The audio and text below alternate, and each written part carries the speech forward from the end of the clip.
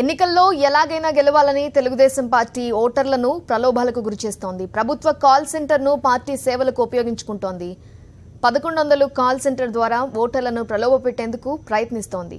డ్వాక్రా మహిళలు, నిరుద్యోగ యువతకు కాల్ సెంటర్ ద్వారా ఫోన్ చేసి టీడీపీకి ఓటు వేసేలా సిబ్బంది ఒత్తిడి తెస్తోంది. చంద్రబాబుకు అనుకూలంగా లేని వ్యక్తుల సమాచారాన్ని తెలుగుదేశం పార్టీ బూత్ సభ్యులకు కాల్ సెంటర్ సిబ్బంది చేరవేస్తున్నారు.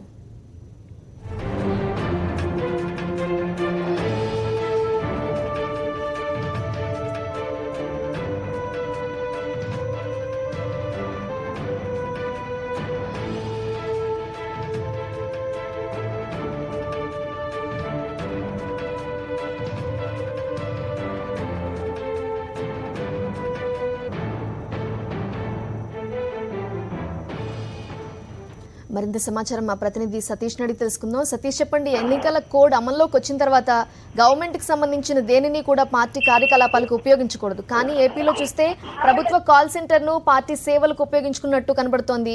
ఎలా చూడాలి? వివరాలేంటి? ఖచ్చితంగా నిలిమిది పూర్తిగా అధికార దుర్వినియోగం. కొంతమంది అధికారులు ముఖ్యమంత్రి చంద్రబాబుకు అనుకూలంగా వ్యవహరిస్తూ ప్రజలకు సంబంధించిన సమాచారాన్ని ప్రైవేట్ సంస్థలకి ట్రాన్స్ఫర్ చేయడం కాకుండా వాటి ద్వారా ప్రభుత్వ ఉద్యోగుల్ని వినియోగించి లేదా ప్రభుత్వ ఆధీనంలో ఉన్నటువంటి సంస్థ ఉద్యోగులను వినియోగించి చేస్తున్నటువంటి కోడ్ ఉల్లంఘన కింద భావించవచ్చు.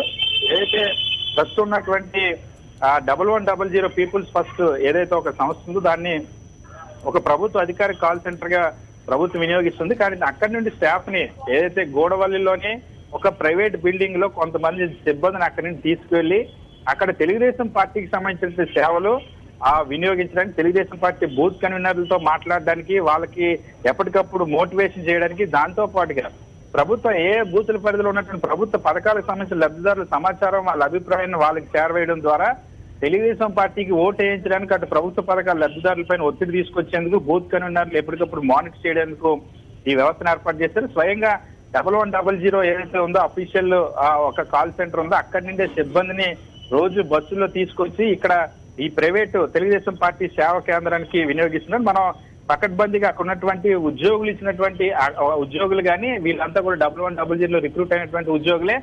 కేవలం అధికారులు, కొంతమంది అధికారులు తెలుగుదేశం పార్టీ అధినేత చంద్రబాబుకి అత్యంత సన్నిహితంగా ఉన్నటువంటి అధికారులు, ఇది రియల్ టైం గవర్నెన్స్ కి అనుబంధంగా ఇది ఉంటుంది.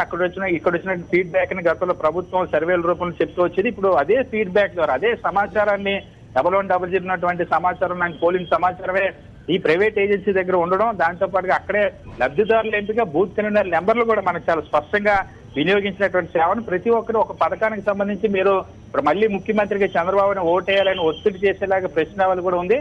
సో చాలా క్లియర్ గా ప్రభుత్వానికి సంబంధించిన డబ్బులు, ప్రజల డబ్బులతో జీతాలు చెల్లించేటువంటి ఉద్యోగులు ఇప్పుడు ప్రైవేటు పర్సన్స్ కింద మార్చి తెలుగుదేశం పార్టీకి ఎన్నికల సేవల కింద వినియోగించుకోవడం దురదృష్టకరం. ఇది ఖచ్చితంగా ఇది ఎన్నికల కోడ్ ఉల్లంఘన పరిధిలోకి వస్తుంది. Right Satish, thank you.